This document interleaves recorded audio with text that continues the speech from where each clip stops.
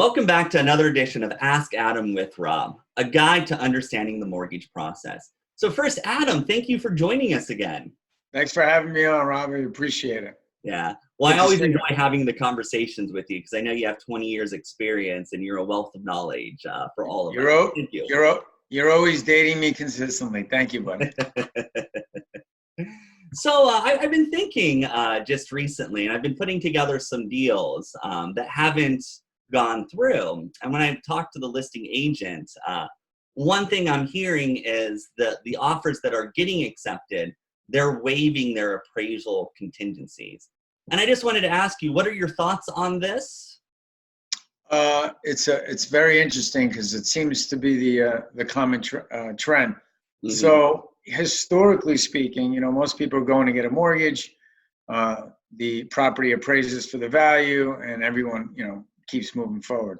I think what's happening right now is that in a lot of cases, because there's so many bidding wars, the mm-hmm. prices are higher than the contract prices are higher than what's coming back necessarily on the appraisal. And because the agents are, of course, talking to one another, they're learning from their experiences. And the experiences are that if they don't have them waive the appraisal contingency, all that means is that about a month down the line, the buyer comes back and says, hey, I was going to get a mortgage, but they said the house wasn't worth it. The reality is, was it worth it or was it not worth it? Well, 5 people were bidding on that house, mm-hmm. and that client agreed to pay that price. So what agents are doing is they're protecting their sellers, and they're saying, hey, if you want to buy this house and you want to outbid the 4 other people, don't come back in a month from now and say that the house isn't worth it and you want a reduction on the price. So it's becoming a little bit competitive, especially with your lower down payments. Someone's coming in and saying 5 or 10%. Someone's coming in and saying 30%. Even though the person at 30% doesn't want to overpay either, there's just some sort of notion that they'll be more willing to because they may have it. So, when you combine the small down payment and they're saying, no, I'm not going to waive the appraisal contingency, they do become mm-hmm. a little bit of an inferior offer in comparison. So I think the key to it is really to understand what it means, right, to do that. And then can you still buy if you're putting down, 10% down and you don't have a lot of flexibility with money? And if it does appraise a little bit short, are you done? Can you not buy the house, or can you? So we can kind of touch on that if you want to go through numbers. Yeah. So maybe first I can just ask you, why would a house appraise less than what the market value is?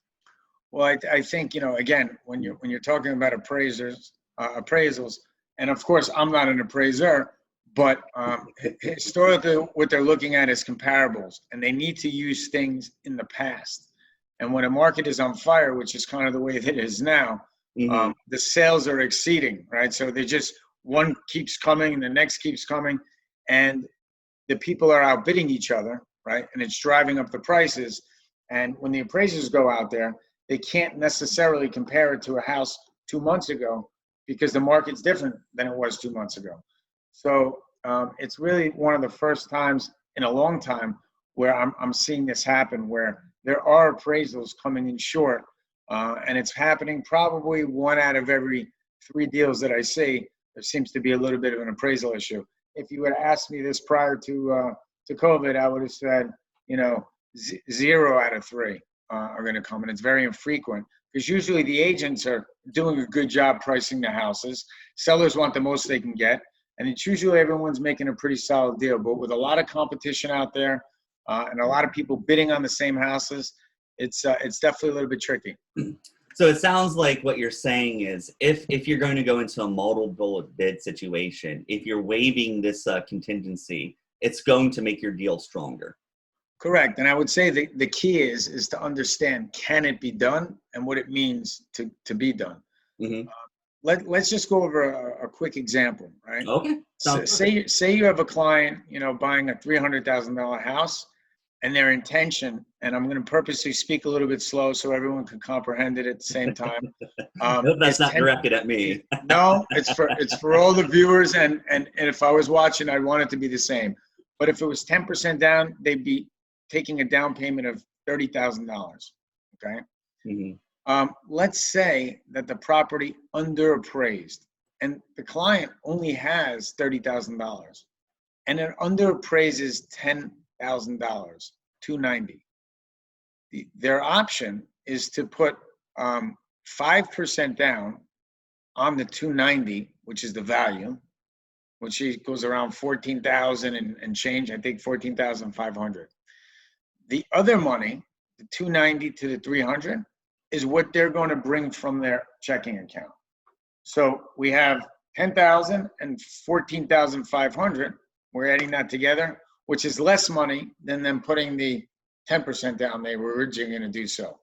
Yes, is there a little bit of impact? Yes, the PMI factor is a little bit different because they're doing 5% over 10%. The loan amount has changed a little bit as well. But ultimately, if this is their dream home and this is the place they're going to be for the next 30 years, you know, I don't think the difference is going to really make the huge difference over the long course of time.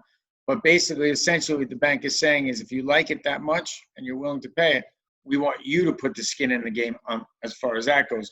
We'll give you everything up to the value that we see fit, which is 290, right? And it's your budget to figure out the down payment and how to get yourself there. But it can definitely be done. And I think, you know, just as agents, I think you should be preparing your clients because, again, you know, it's not easy to do what you guys do. You know, you guys are only as good as the offers that you have, right?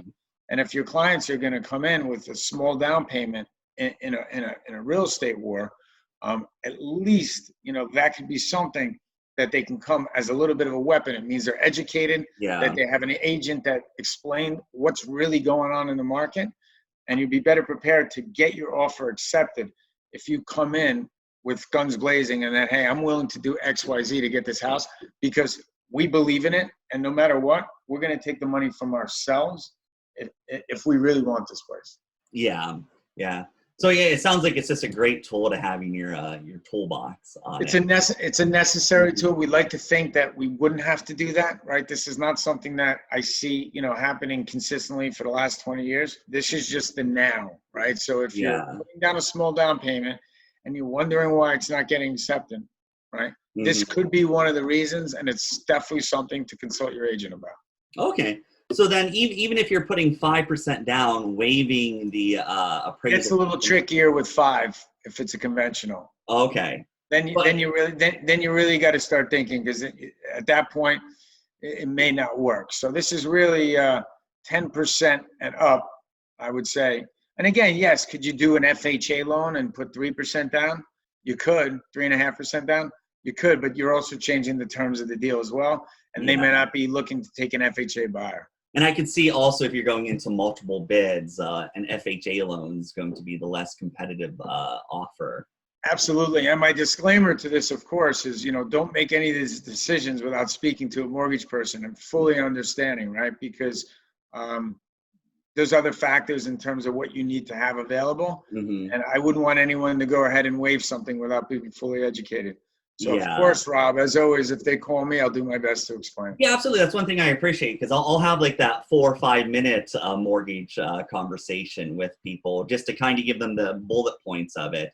And then I love how I can just refer them straight to you, and then you could really get into the nuts and bolts of the different types. So thank you for doing that for my clients. Thank you, Rob. The opportunity is always appreciated. Thank you. Yeah.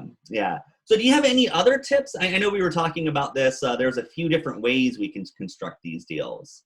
Can you go a little bit more in depth on that? As far as appraisals, you mean? Yes. Well, we're waiving the. Just to have a little clarity as well. When you're waiving your appraisal contingency, it doesn't mean you're waiving your mortgage contingency. Yeah. It just means, one thing I did want to ask. Right. It just means that if you get let go from your job during the process, you're out of the loan. You don't have to worry. You're not going to lose your down payment. But it means that if it underappraises, the denial letter from the bank can't say it's due to the collateral. It would have to say, hey, the denial is because you're not working anymore, right? So it's not waiving a mortgage contingency, right? That's a whole nother risk, and that's, probably a whole nother topic, and Yeah, I was gonna say that's typically probably not not the something. next video. Yeah, but ultimately, those two things should not be mistaken. And believe me, you always want to go in, if you can, without waiving the appraisal contingency. But Yeah. when you have a good agent and your agent is advising you to do so, if there's a trust between you and an agent, it's definitely something to consider. Okay. I wouldn't go in, if someone told me, oh, there's no other offers, I wouldn't go Yeah. ahead and offer that away. Right. Yeah. So I mean, basically, if a property has been on the market for a few months, that's a no-go on waiving that. It's something that just hit the market, correct? Well, I think it would just be based upon your realtor's advice. I don't want to say, because something could be on the market for 6 months and all of a sudden the price lowered, right? $50,000, and I don't want to base it just on time. And that's why I always say it goes back to you and your trust with your agent, and if you're working with a good agent.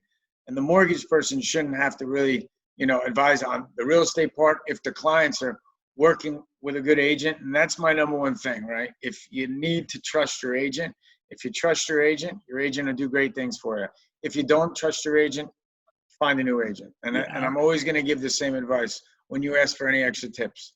Yeah, no, I think that's a great thing. I mean, it all comes down to trust, because you have to make decisions, and you're making those decisions on somebody's past experience on it. Yeah, well, I think like anything, Rob, you want an agent who values their business on referrals, right? Any good agent wants to impress the hell out of the client, do the greatest job ever, so that referrals come in the future. And if that relationship doesn't get established, historically speaking, and knowing many agents for many, many years, it doesn't work, right? So you utilize your time in the beginning if you're a buyer, and find who you connect with, find who you can trust. And if you don't have that, keep moving on until you find someone that you can. And you'll be doing the agent that you're not using as well a favor as well. Yeah, yeah. And I really like how you talked about trust a lot as well. And it's one reason why I do enjoy working with you so much is I know I can trust you to advise my clients with their own individual circumstances to put them in the best situation as possible. And I know we have that trust because, I plan on using you for many future clients as well. So it's not like you're trying to make that quick buck on that one client. You're thinking more long-term. And I've always appreciated that very much with you. Well, it's funny that you say that, because I truly feel that some of the most referrals that I get came from people I've never done business with. Sometimes going out of your way for a client and telling them, look, don't do what you're thinking, it doesn't make sense, goes a lot further than helping someone who just thinks they need help, right? So I'm all about doing the right thing for the client. Not everybody's a good fit, right? Not everyone's a good fit for you. Not everyone's a good fit for me. And I'm not a good fit for everyone. The key is to establish who is a good fit. And I welcome all your clients or anyone who's watching this. If they're looking for a good fit, I'd love to see what we can do. And if it doesn't work, I may know somebody who may be better for you as well. So at the end of the day, Rob, my job is to service you, your clients, and the people in the community. Yeah, and thank you so much. You do a great job on that. Thanks, Rob. Before we get going, can I just ask you, can you update us on the current marketplace? What are you seeing out there? Is the mortgage side still as busy as the real estate side? When you live in a cocoon, Rob, like I feel like I've been living in, I can only truly speak for myself. However, I can tell you that most of the people that I know don't have more than 2 seconds to talk to me either. As far as other mortgage friends that I have, it's extremely busy, I would say. And I would say you would think it's a ton of refis, and there's definitely a good amount, but the purchase market is booming, and I'd say the volume is more than I've seen in a long, long time. Probably in the last 20 years that I've been doing this, I find it to be immediately right now the busiest that it's been. Yeah, it's extremely competitive out there. I know a lot of the clients that I'm working with, we put a few offers in on multiple bid places. And I mean, it's busy on the real estate side. Right. And you got to remember, by the time it gets to me, a lot of times it's you having to, you already put out 3 offers and I'm just getting the busy, hey, I'm in contract, from the real estate's perspective, it's very, very busy as far as you putting in offers. You may put in 5 or 10. busy doesn't always mean it's converting to deals, right? So I Yeah. think mortgage busy and real estate busy can be a little bit different right now. But I think there's a ton of opportunity for agents to pick up clients, especially when you see some of your competition. There's, some agents that are fantastic, and there's some agents that may not be as good. And I think if you can keep doing, what you're doing and the group that you have around you, it's a great market for agents that are in the right spot. Yeah, no, I agree. There's definitely deals out there to be made right now. You just got to know the markets and build that trust with your clients. You always do a good job, Rob. So thank you so much for having me. Thanks so much.